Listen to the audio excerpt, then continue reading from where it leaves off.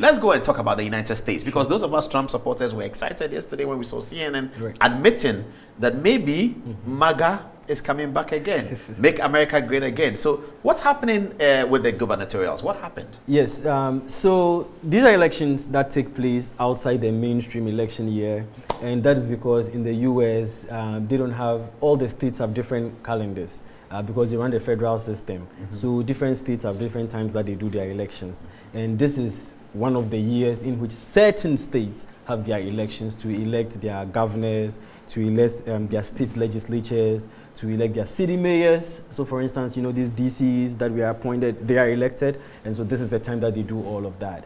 But it's important because people look at this, at it as an opportunity to measure the political climate or to measure the political temperature of the country. If the president's candidates are losing, then people are going to read into it and say that the president is not all that popular.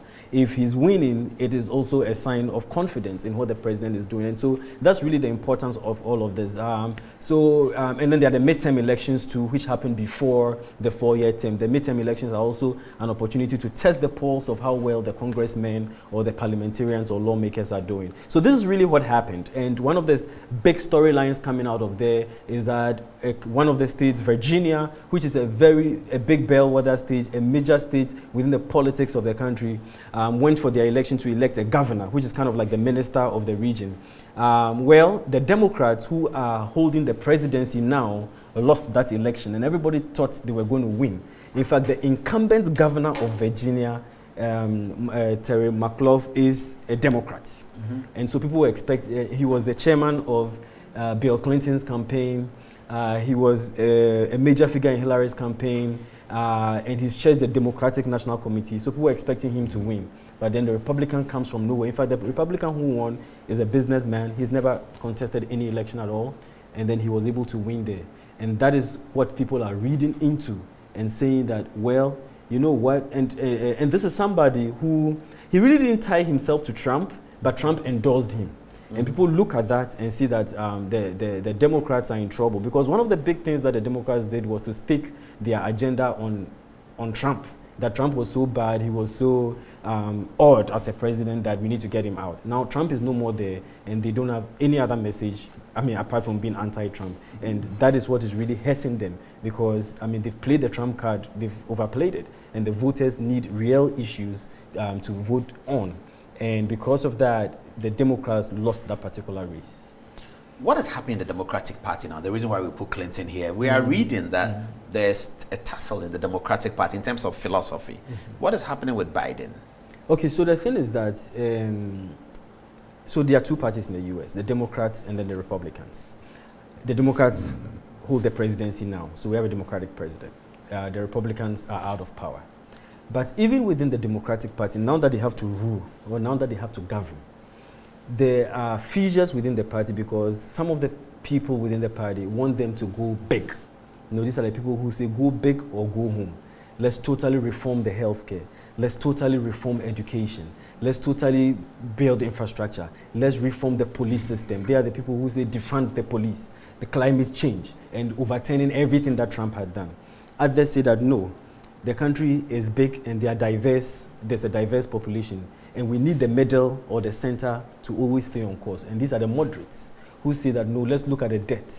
Let's look at the expenditure and all of that and make sure that we are controlling for all of this. So this is the argument that is going on between both parties. So someone like Hillary, for instance, these are the centrists. These are the moderates who they don't want to go extreme.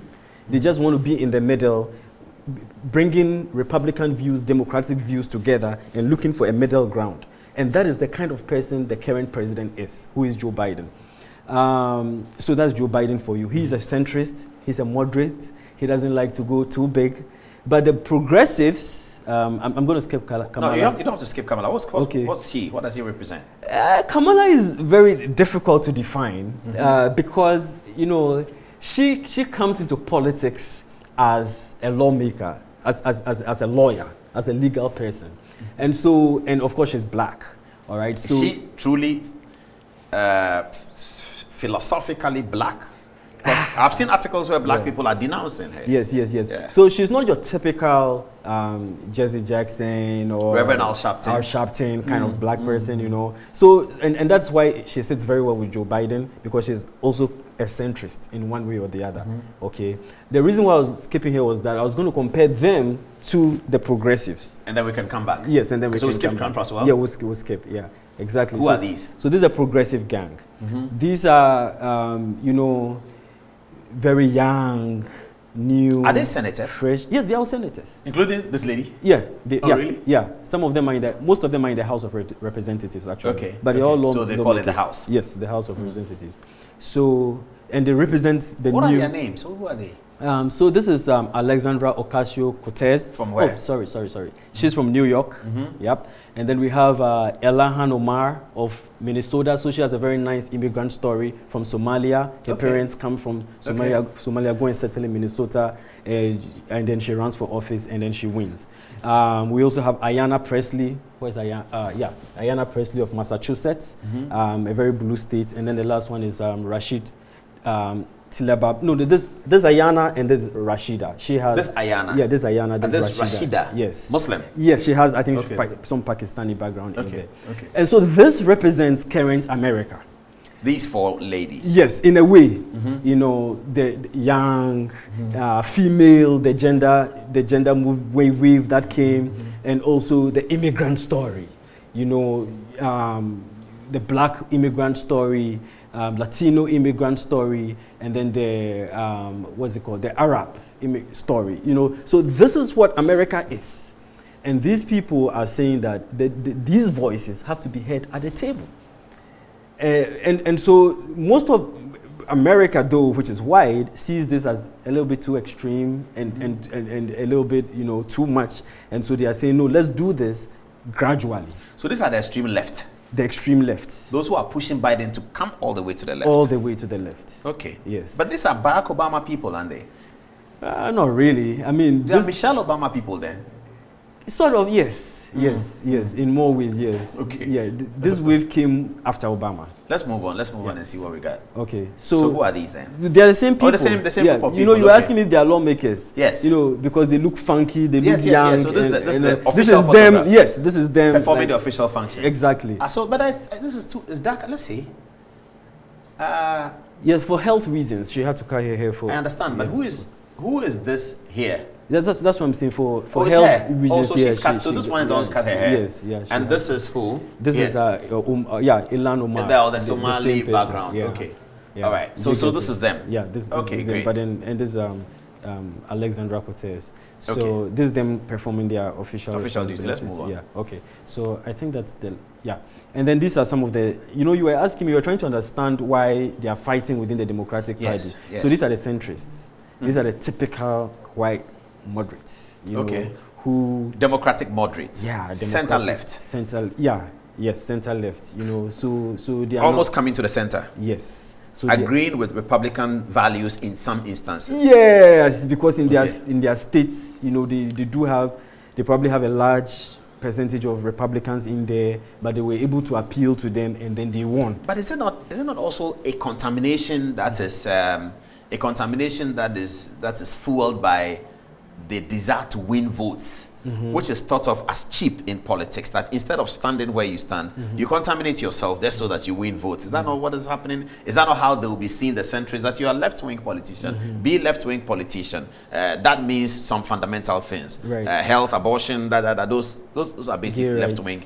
Gay rights and all of that. Yeah. Why are you a left-wing and then you're moving centrist just so that you win votes? To contaminate your philosophy. Will they not be thought of as contaminationist? That is where the fight is. Exactly.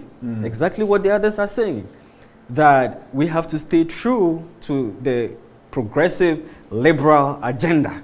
We have to go all the way, you know, instead of whether we win or we lose. Yes, let's stay true to the values that we believe in. Let's stay true to the ideologies, because, you know, the business of governance is predicated on certain values. It's predicated on certain ideologies. It's predicated on certain beliefs. Those are what inform your policies. Whether you are going to have universal health care in Ghana, whether you are going to have free education. The beliefs that you hold are what inform the policies that you prognosticate when you come into office. So that is the fight. And the progressives are saying that let's stay true to the cause and go all the way. Over here, no. Let's come to the middle. So, for instance, mask mandates. Yes, Joe Manchin. Yeah, from Michigan, I believe, and she's from Arizona. So, for instance, mask mandates. In Ghana, we require people to wear masks. In certain states, some of these central states, they hate the masks. Yes, they don't want people to be forced to wear masks. And so, if a governor of a particular state is going to pass a law to make sure that it's compulsory for everyone to wear masks, these are the people who say, no, we are going to vote against the mask mandate. So that is the fight that is happening until today. Joe Biden has not been able to pass. Let's move on. His agenda. We're running out of time. It's fine. That's it. Yeah. We're done with the American situation. Yeah, I don't know what you want to talk about again. Okay, so right now, let's come back to. Oh, that's Ted Cruz, isn't it? Yes, I know Trump supporter. You wanted to talk about him. Let's come back to Trump and wrap it up on Trump. So, what are his chances right now? The point we need to understand is that some of the states in which he lost the election in, he lost by a razor-thin margin, very razor-thin margin. So for me, I don't think that the comeback of Trump is something out of the world. I think it's a real possibility. And also, if you look at the fact that the elections that were held 2 days ago, the Democrats lost a lot of the bigger ones. A lot of the major races, they lost it. And so it means that there's still that opening, there's still that possibility. And will he win the Republican nomination, though? He still has a very... Who are his competitors in there?